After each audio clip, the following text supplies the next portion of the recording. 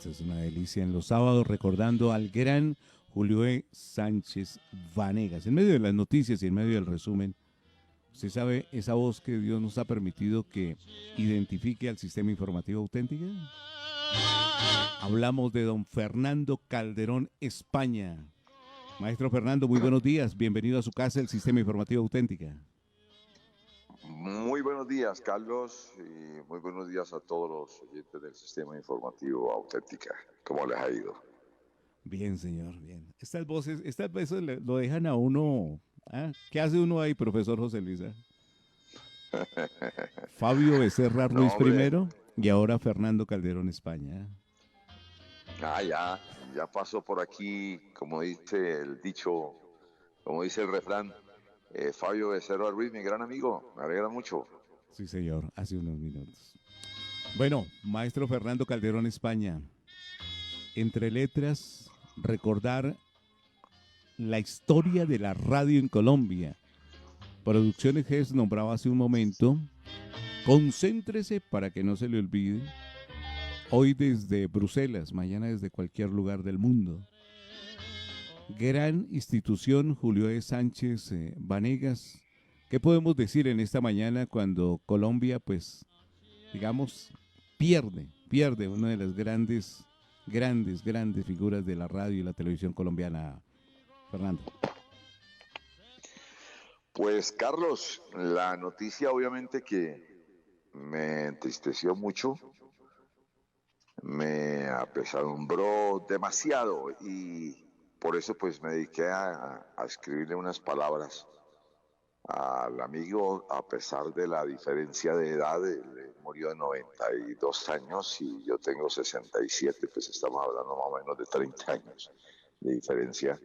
Siempre tuve una buena comunicación con Julio de Sánchez Vanegas, a quien he considerado un inmenso de la radio y de la televisión.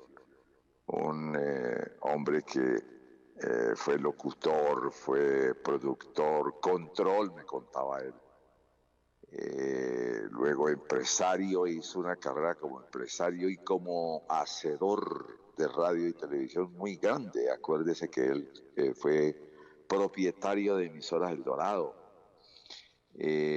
Por allí pasaron muchos locutores que después fueron reconocidos, como Armando Plata Camacho, Ernesto Rojas Ochoa, Gonzalo Ayala, bueno, en fin, emisoras El Dorado, aparte de que fue una emisora que logró excelentes lugares de sintonía en Bogotá, pues se caracterizó por la innovación y la creatividad. Y luego él da el salto a la televisión con la productora GES, que hasta el nombre era muy agradable porque era una especie de sigla o de acrónimo de su nombre, GES, Julio de Sánchez.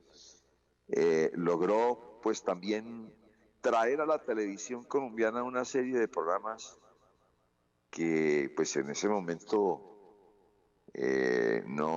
fueron muy novedosos, fueron muy impactantes. Es fácil crear cosas, pero cosas que impacten, que trasciendan, que hagan historia, que se queden en la mente de los televidentes o de los oyentes, no es fácil. Eso es lo difícil. Como Yamida en la radio. Es decir, de pronto es fácil imaginarse un poco de cosas en la radio, pero imaginarse las cosas que peguen, que impacten, que trasciendan, no es fácil. Y eso lo hizo Julio. Usted mencionó un programa Concéntrese, se fue prácticamente un espacio histórico. Hizo parte o hace parte de la iconografía de la televisión colombiana. Lo trajo, creo que la idea la trajo de Estados Unidos y la puso aquí. Y aquí funcionó perfecto. Es decir, la creatividad no solo consiste en inventarse cosas extraordinariamente originales, porque en esto de la creatividad casi nada es original, ni en el arte, ni en la escritura, ni en la literatura, es muy difícil ser extremadamente original. De ahí viene, por ejemplo, el impacto mismo de Gabriel García Márquez. Pero él mismo dice que leyó mucho a Faulkner y a Hemingway y a otros, bueno, en fin. Entonces, don Julio, como yo le decía, a quien yo conocí en la Asociación Colombiana de Locutores cuando yo llegué a los, más o menos a los 19 años creo, llegué a la Asociación Colombiana de Locutores de la mano de Bocario Bermúdez y de Ernesto Rojas Ochoa, cuando la asociación estaba integrada por las 40 personas más importantes de la locución en este país. Ahí estaba Pacheco, Carlos Pinzón, Julio E. Sánchez fue uno de los fundadores de la ACE, Juan Harvey, Alberto Piedreita Pacheco, Hernán Castrillón, Gloria Valencia, eran pues prácticamente los referentes grandes de la televisión y de la locución en materia y de la radio en materia de locución que se agrupaban en esa asociación. Llegué yo, entonces yo llegué con Napoleón Vanegas. Esa noche nos recibieron a Napoleón Vanegas, a Judy Sarmiento y a mí, a los tres. Nosotros somos, digamos como se dice en masonería, somos hermanos de nacimiento en la institución de los locutores, en la ACR. Y me recibió bien de entrada. Don Julio fue muy amable, muy cortés, le gustaba hablar con la gente joven. Por eso usted ha visto en Facebook mucho comentario de gente joven, de locutores jóvenes que fueron luego miembros de la Asociación Colombiana de Locutores y compartieron con él, se dieron cuenta de eso, de que era un tipo que llegaba fácil a la juventud, a los jóvenes y nos daba consejos. A mí me promovió mucho.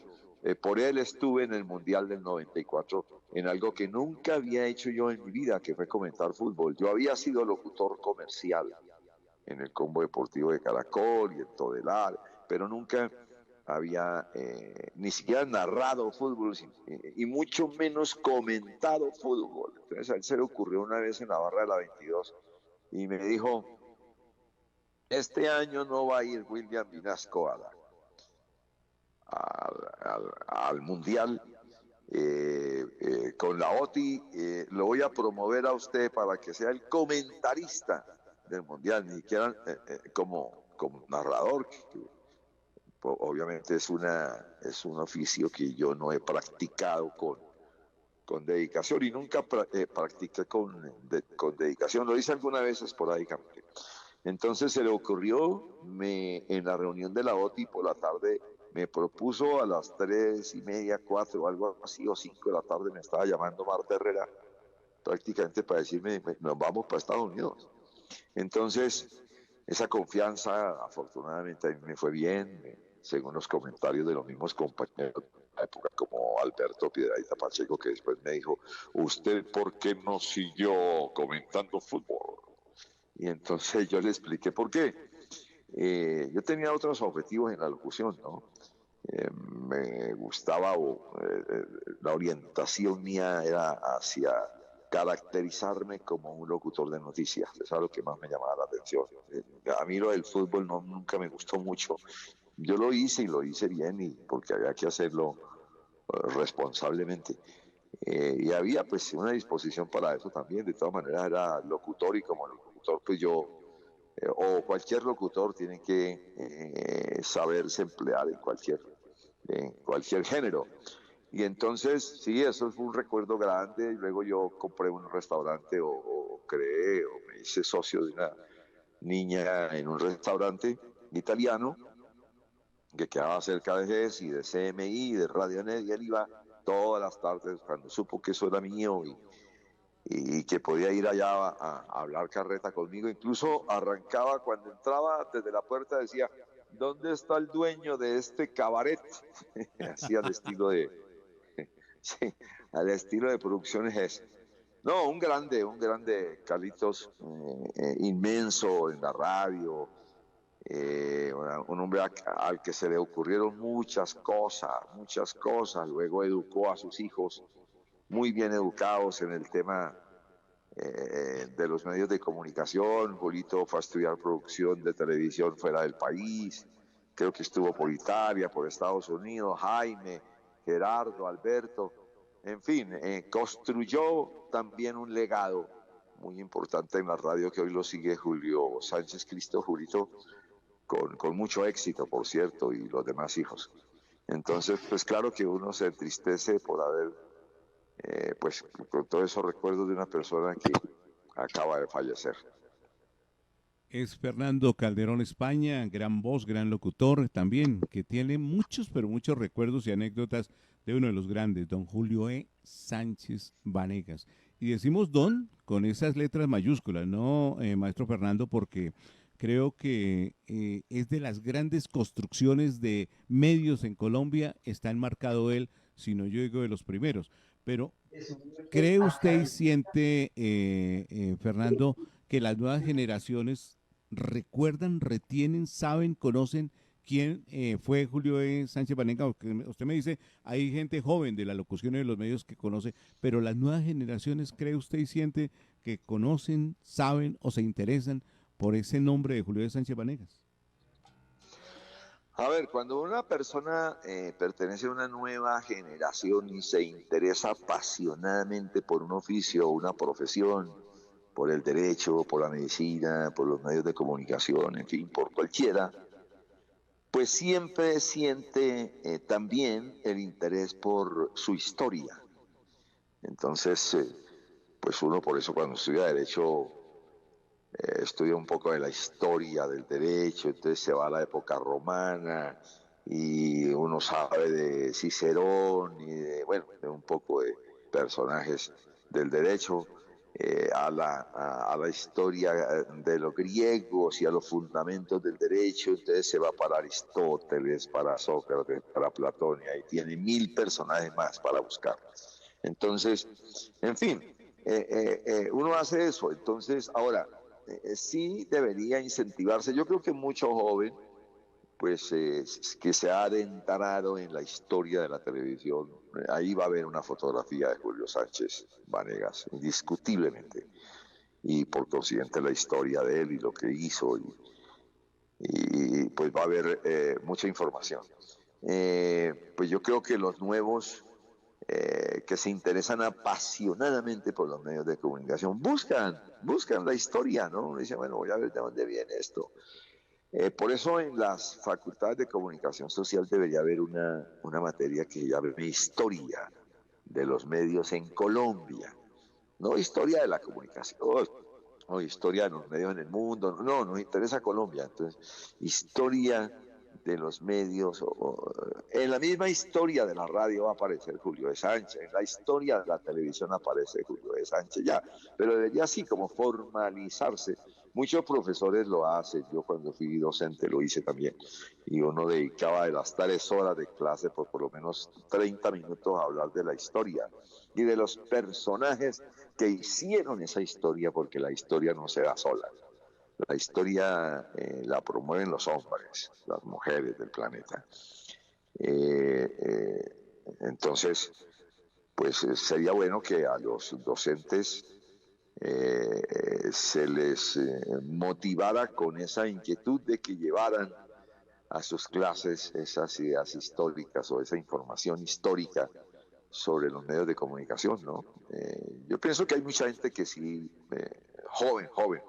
Ahora, claro, pues el joven no tiene por qué tampoco saber e idolatrar a los personajes de hace 60, 50, 70, 80, 40 años. Es más, ya uno deja de hablar en la radio y aparecer en televisión y a los 10 años ya lo olvida, Sí, o es verdad, menos, ¿sí? es verdad. Sí. Y a uno le dicen incluso, pero qué bueno que usted esté en CMI porque todavía tiene vigencia. Le dije yo, bueno, pues yo le acepto lo de la vigencia, pero vigencia ¿para qué? Es decir, sí. Uno mismo, uno mismo incluso ya los viejos, los que nos estamos volviendo viejos, y ya los más viejos, pues no nos interesa tampoco la vigencia. Cuando uno ya hizo, digamos, un camino largo, se construyó un camino largo en la radio, un poco en la televisión también, más en la radio y en la misma profesión de la locución. Pues ya cuando uno ha hecho de todo, pues uno para qué más quiere vigencia, ¿sí? Por eso mucha gente mientras no lo necesite económicamente, pues se retira tranquilamente, como dicen los bucólicos, a sus cuarteles de invierno, ¿sí?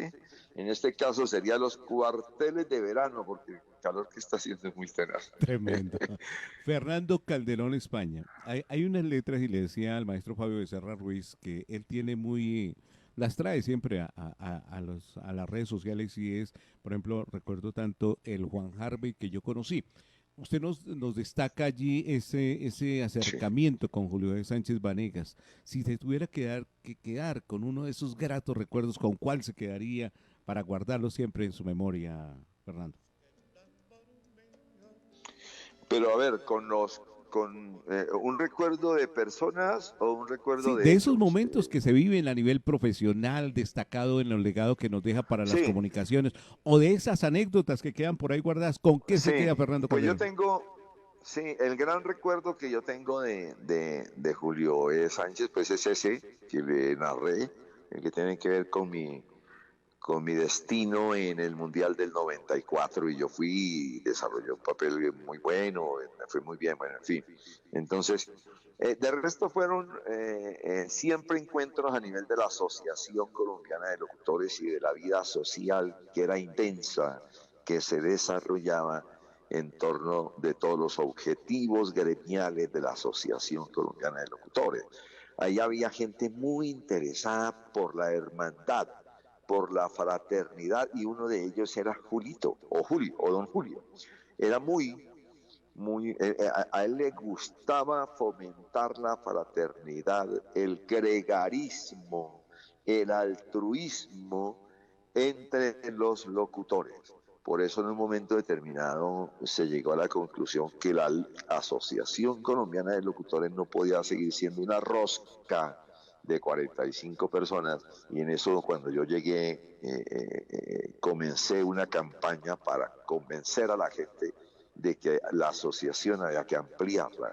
En eso me escuchó mucho Julio E. Sánchez y Juan Harvey Caicedo, también Alberto Piedradita Pacheco.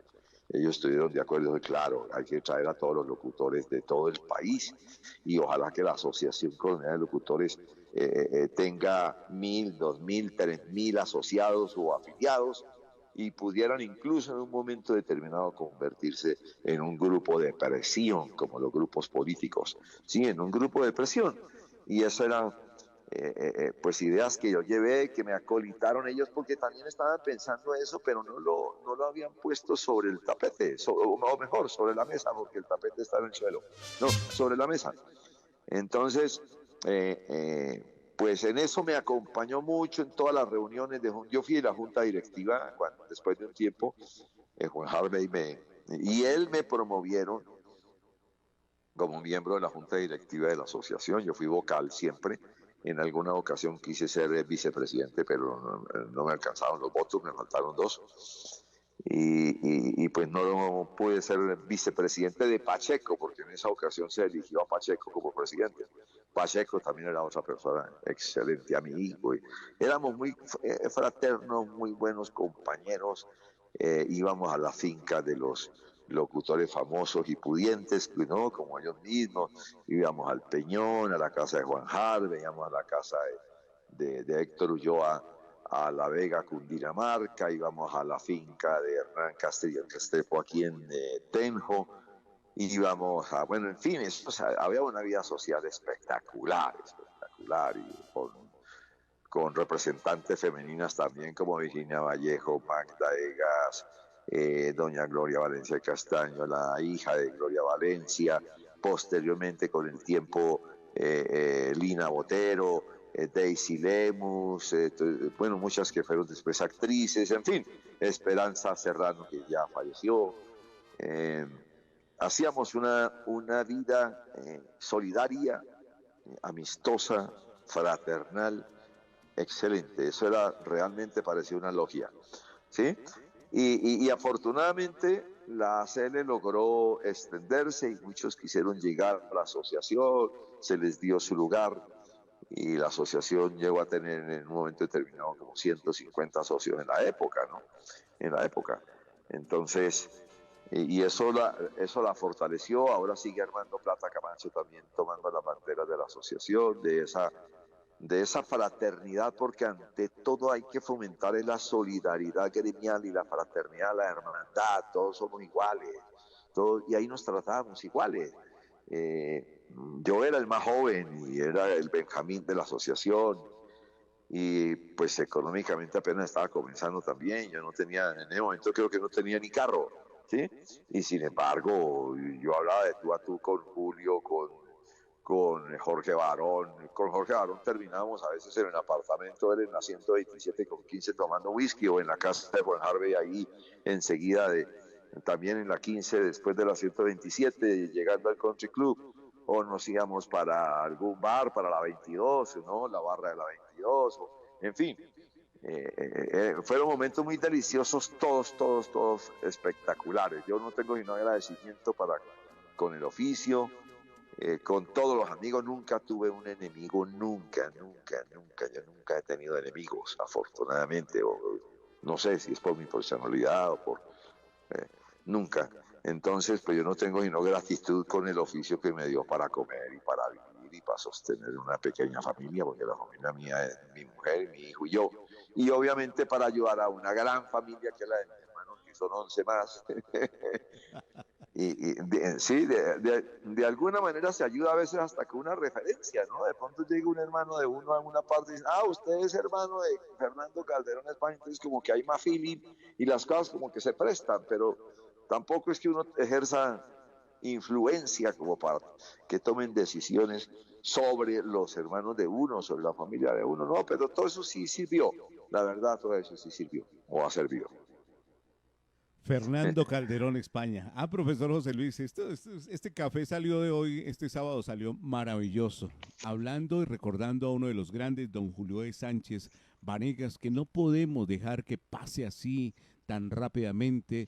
Yo no sé si soy exagerado, pero a nivel de las artes, claro, con una repercusión mundial que también la logró Julio de Sánchez Vanegas, en su momento a nivel de las artes, Fernando Botero, que lo llorábamos y lo sentíamos en su partida el Claro, año inmediatamente anterior.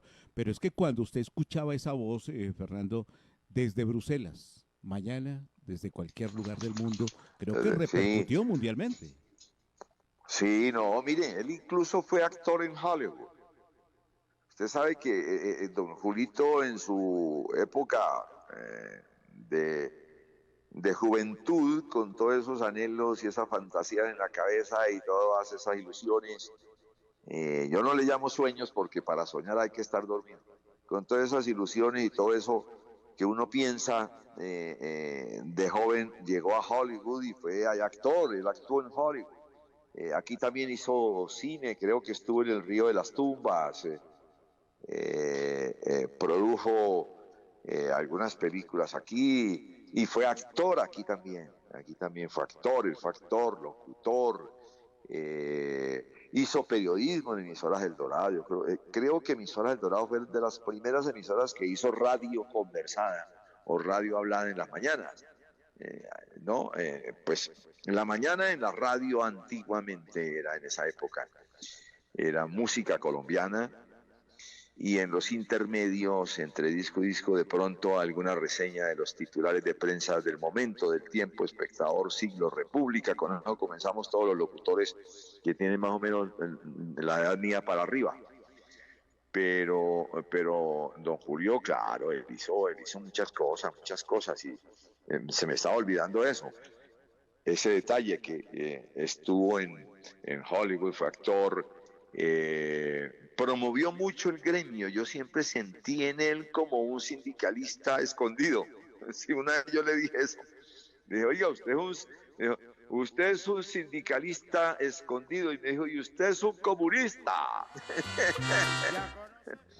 No, Obviamente, increíble. obviamente, pues en tono jocoso, nunca discutiendo, no, en tono jocoso. Eh, Sí, pues yo lo quiero mucho, y a su hijo Julito Sánchez Cristo también, porque con él compartí mucho en 6 AM, y en la vida social también con Yamid y con toda la gente que estaba en ese momento en Caracol. Entonces, hombre, se parte un hombre importante, deja una historia que hay que leerla y hay que verla y hay que auscultarla y repasarla. Eh, Aquí ha habido pioneros de la radio y grandes creadores de radio. Yo tuve la oportunidad de conocer muchísimo. Jorge Enrique Pulido, por ejemplo, Antonio Pardo García, Ernesto Rojas Ochoa, Eucario, fue grandísimo. Piedrahíta, a Piedrahíta lo conocimos nosotros ya como narrador, pero él fue ejecutivo radial, él fue director de RCN en su momento, de Nueva Granada, lo mismo Juan Harvey. Toda esa gente le aportó muchísimo no solo al oficio de locutor, sino a la radio, ¿sí?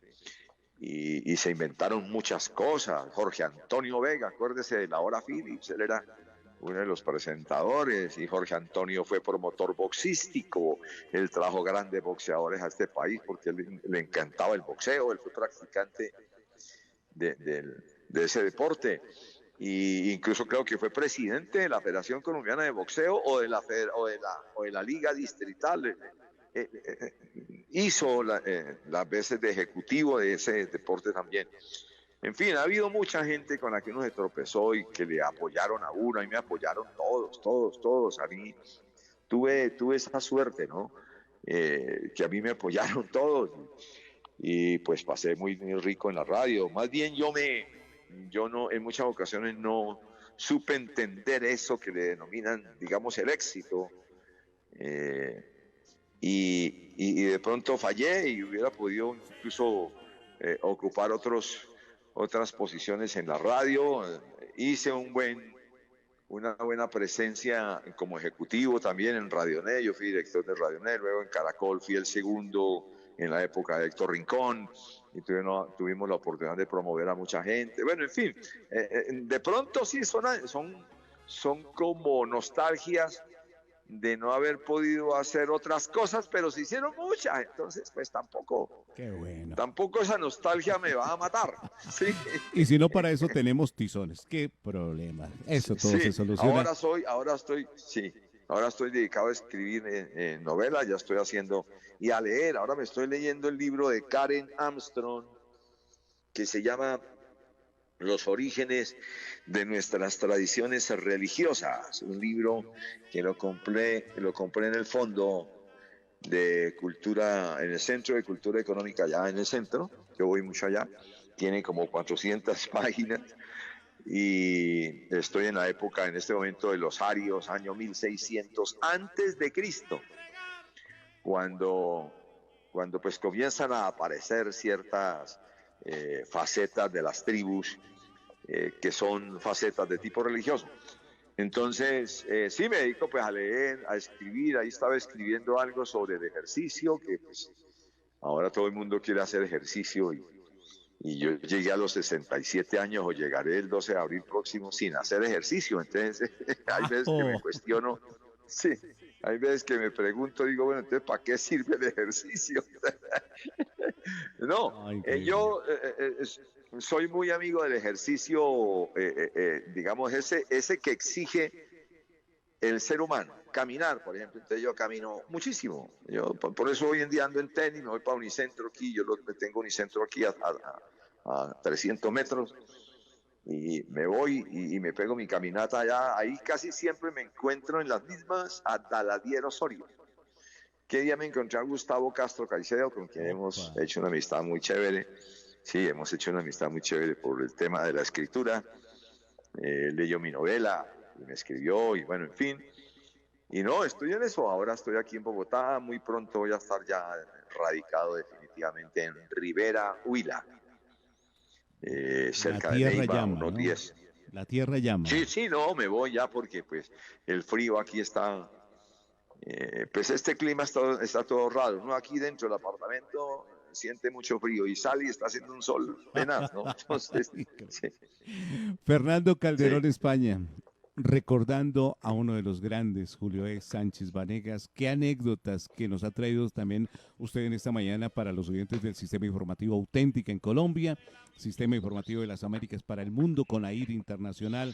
Qué bueno, Fernando. José Luis, no sé si va usted a saludar a Fernando Calderón esta mañana, recordando a uno de los grandes, don Julio E. Sánchez Vanegas, que la radio es vida y eso sentimos y vivimos en la voz de Fernando Calderón, España. José Luis.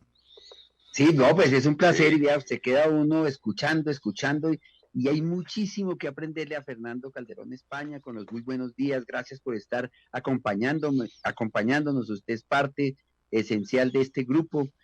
Cómo quisiéramos poder tenerlo para poder escuchar de la política de este país, de las anécdotas, el periodismo, la radio, los locutores, a Gustavo Castro Caicedo, otro de los grandes. Bueno, usted está entre los grandes, indudablemente. Usted tiene un gran legado que entregarle a este país. Hoy, al leer sus libros, al asomarse uno a su escritura, pues nos deja también un gran legado. Y ese compartir suyo que fue tan cercano, allá en la 19, en la avenida, sí, en el centro de Bogotá, en la 19, donde funcionaban las instalaciones de En el Caracol, Máster C, en el en el Máster C. Máster C. Sí, señor.